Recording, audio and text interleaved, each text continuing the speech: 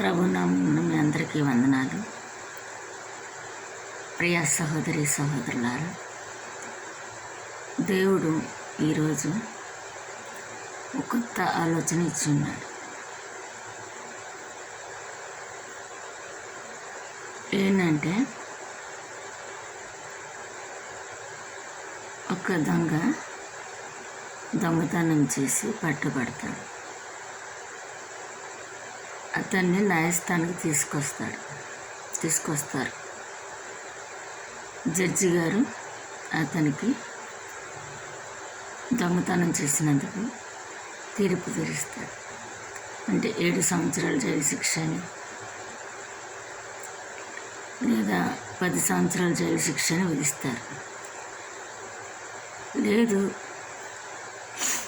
నరహత్య చేస్తే ఉరి శిక్షకు తీర్పిస్తాడు.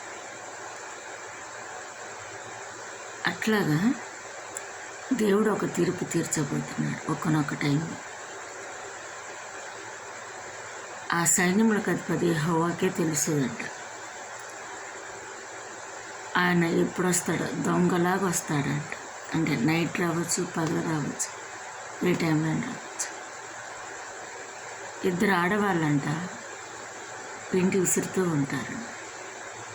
విసిరే వాళ్ళల్లో ఒకరు చనిపోతారంట. అంటే 2 చనిపోతారు. ఒకళ్ళేమో ఇక్కడ ఎడవ పడతారు భూమి మీద, ఒకళ్ళేమో దేవుని రాజ్యానికి ఎత్తపడతారు. మనం చూస్తూ ఉండగానే మన తోటి వాళ్ళు దేవుని సన్నిధి చేర్చబడతారు. మనము ఇక్కడే నరకంలో ఎడవబడిపోతాం. లాజరు ఒక ధనవంతుడు స్టోరీ బైబిల్లో చూస్తాం కదా. లాజర్ అంట అడుక్కునేవాడంట. ఒక ధనవంతుని అంట అడుక్కునేవాడు. 2 ఒకరోజు చనిపోతారు. కానీ లాజరు అబ్రహాము కుడి పక్కన కూర్చొని ఉంటాడు. అబ్రహాముకి కుడి ప్రక్కన కుడిపార్శ్వన కూర్చొని దేవదూత రూపంలో మంచి అసలు ఆహారం ఆకలి వేయదు, దాహం వేయదంట. భూమి మీద ఉన్నప్పుడు ఎంతో కష్టపడ్డాడు, ఎంతో ఇబ్బంది పడ్డాడు. పుండ్లతో పురుగులతో ఎంతో ఇబ్బంది పడ్డాడు. కానీ ఆయన ఆత్మ దేవుని సన్నిధికి చేర్చాక ఎంతో జోవృక్ష ఫలాలు తినుకుంటూ జీవజాలను తాక్కుంటూ ఆకలి వేయదు, దప్పిక వేయదంట.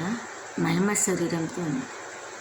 కానీ ధనవంతుడు చనిపోయాడు నరకానికి, అగాధ జలముకి. అక్కడుండో మొరుపెట్టుకుంటాడు కదా, తండ్రి అయిన అబ్రహాము, నన్ను ఒక్కసారి ఇడిచిపెట్టు, ఎందుకంటే నేను పడే బాధ భూమి మీద ఉన్న నా అన్నలకి చెప్పుతాను. నా అన్నలకి తెలియదు కదా ఇక్కడంత నరకంగా ఉంటుందని. వాళ్ళు త్రాగుతూ తిరుగుతూ నాలాగా నేను ఎలా జీవించానో అలాగే జీవిస్తున్నారు. మరి నేను పడే బాధ అంటే అది చెప్తానంటే, చచ్చిపోయాక నువ్వెక్కడికి నీ పనితీరుని బట్టి, నువ్వు చేస్తున్న పనులను బట్టి, భూమి మీద నీ బ్రతికిన దాన్ని బట్టి దేవుడు నీకేది అనుగ్రహిస్తాడో అది నువ్వు ఇక్కడ అనుభవిస్తున్నప్పుడు మళ్ళీ భూమి మీదకి వెళ్ళటానికి లేదు. నీ వెళ్ళినా చెప్పినా ఎవరు వినరు కూడా. ఒక వింతగా, ఒక దెయ్యంగా, ఒక ఇదిగా చూస్తారు. కానీ వాళ్ళకి అన్ని నిజాలు చెప్పడానికి వస్తారంటే ఎవరు నమ్ముతారు? ఎవరు నమ్మరు. కానీ అక్కడ చాలామంది ఉన్నారు. వాళ్ళ జీవితాలను, వాళ్ళ యొక్క శక్తిని ఉపయోగించి అనేక మందిని రక్షించడానికి దేవుడు అనేక మందిని పంపిస్తున్నాడు. కానీ తీర్పు తీర్చాక ఒక అగాధంలోనంట పురుగు చావదు, ప్రాణం చావదంట. అంటే పురుగు అంటే మనిషి. ఇంకా అక్కడ పడ్డాక పురుగులు అంటాడు. ఇంకా మనిషి ఆకలేసిద్ది అంటే కానీ తినటానికి నీళ్ళు దొరకదు. ప్రాణము అసలు చచ్చిపోయాడు మళ్ళీ చచ్చిపోలేడు కదా. కానీ భూమి మీద ఉన్నప్పుడు మనం చాలా జాగ్రత్తగా చాలా కష్ట నష్టాలు వస్తాయి, చాలా ఇబ్బందులు వస్తాయి, చాలా బాధలు వస్తాయి.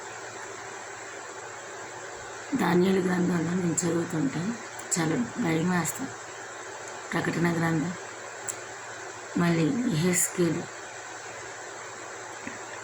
ఇలా కొంతమంది ప్రవక్తల ద్వారా ఆయన తీర్పు కోసం, ఆయన రెండో రాకడి కోసం, ఆయన నూతన యెరూషలేము కోసం అనేక విషయాలు ఆయా ప్రవక్తలకి బయలుపరిచాడు. ఈ లోకంలో ఇక్కడున్న న్యాయాధిపతులు, న్యాయశాస్త్రాలు, నాయక శాసనాలు మనం చేసిన దానికి తీర్పు తీరుస్తుంటే క్షమాభిక్ష దొరికిద్దాము, కానీ సైన్యములకు అధిపతి యెహోవా తీర్చే తీర్పు క్షమాపణ దొరకదంట.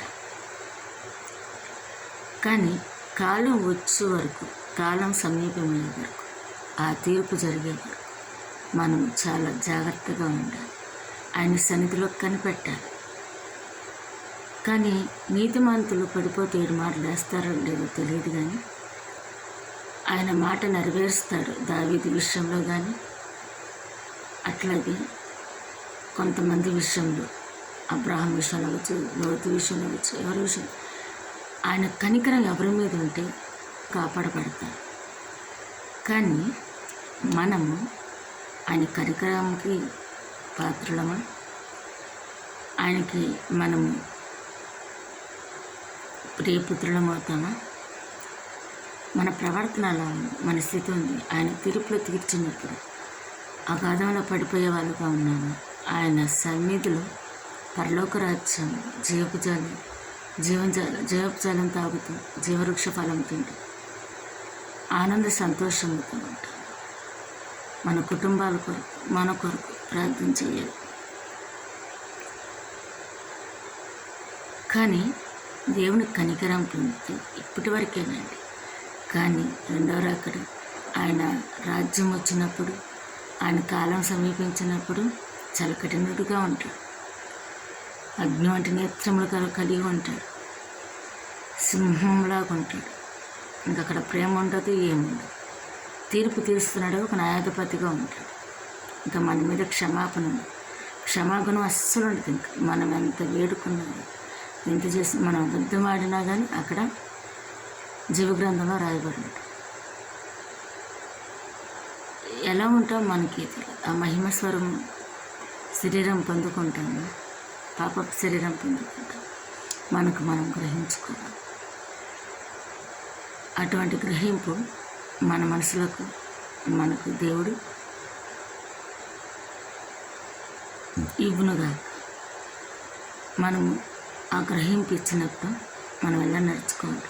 జ్ఞానాన్ని కూడా దేవుడు ఇవ్వాలని ఆయన సన్నిధిలో కనిపెట్టి ప్రార్థించి అటువంటి మనసును మనకు దేవుడు దయచేయను గాక. ఆమె ఈ యొక్క వీడియో నచ్చితే కనుక, ఈ వాక్యం నచ్చితే కనుక సపోర్ట్ చేయండి, షేర్ చేయండి, సబ్స్క్రైబ్ చేయండి, లైక్ చేయండి. కామెంట్ రూపంలో మీ విలువైన సలహాలు కనుక ఇవ్వండి. నా బిడ్డల కొరకు, నా కొరకు ప్రార్థించి మీ ప్రార్థన అంశాలను ఉంటే ఇవ్వండి. నేను ప్రార్థించడం నేను సిద్ధంగా ఉన్నాను. Praise the lord.